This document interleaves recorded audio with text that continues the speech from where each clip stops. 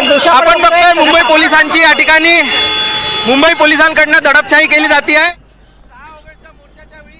एक ते सगळे पोलीस होते जे गप्प होते। प्लीज थोडस साईडला ना, प्लीज रोडच्या साईडला या, बस हळू जा दादा।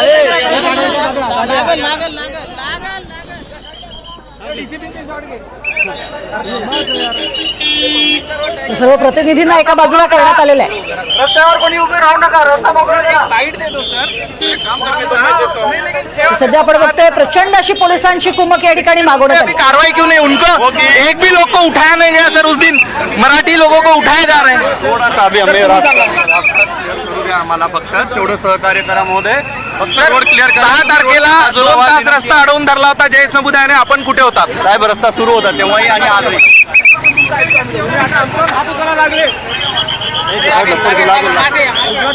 पोलीस उत्तर देतात आम्हाला सहकार्य करा, आणि त्या दिवशी म्हणजे 6 तारखेला 2 तास रस्ता अडवून धरलेला होता तेव्हा पोलीस कुठे होते हा प्रश्न विचारला असता तेव्हाही रस्ता सुरू होता असं उत्तर दिलं जातं, आणि रस्ता सुरू ठेवा अशी विनंती केली जाते।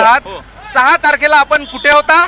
आम्ही त्यावेळी कुणाची डायरीत नोंद आहे का? परिस्थिती हाताळलेली आहे, ही पण आहे, ठीक आहे। पण त्या दिवशी या ठिकाणी आम्ही स्वतः कव्हरेज करत होतो। मोठा जनसमुदाय गुजराती समाजाचा होता। एकाही व्यक्तीला तुम्ही डब्यात टाकायचं धाडस दाखवलं नाही।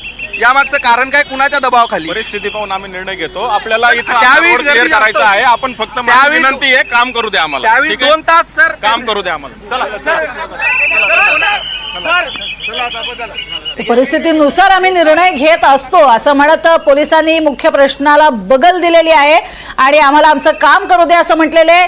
ज्या दिवशी अभूतपूर्व अशा स्वरूपाची गर्दी जमा झालेली होती, गोंधळाचं वातावरण निर्माण झालेलं होतं, ही 6 ऑगस्टची दृश्य आम्ही वारंवार तीच दाखवतोय यासाठीच की कशा पद्धतीची परिस्थिती त्या ठिकाणी होती।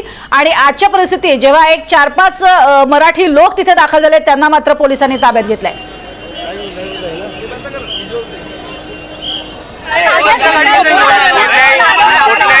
कुठल्याही धर्माने न्यायालयाची अवहेलना करता कामा नये।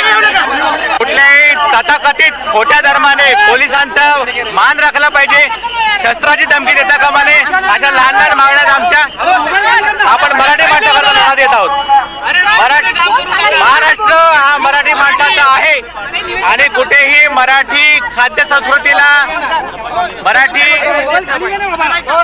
लोकांना इजा पोचणार नाही। मराठी प्रशासनाच्या विरोधात कोणी काम करणार नाही।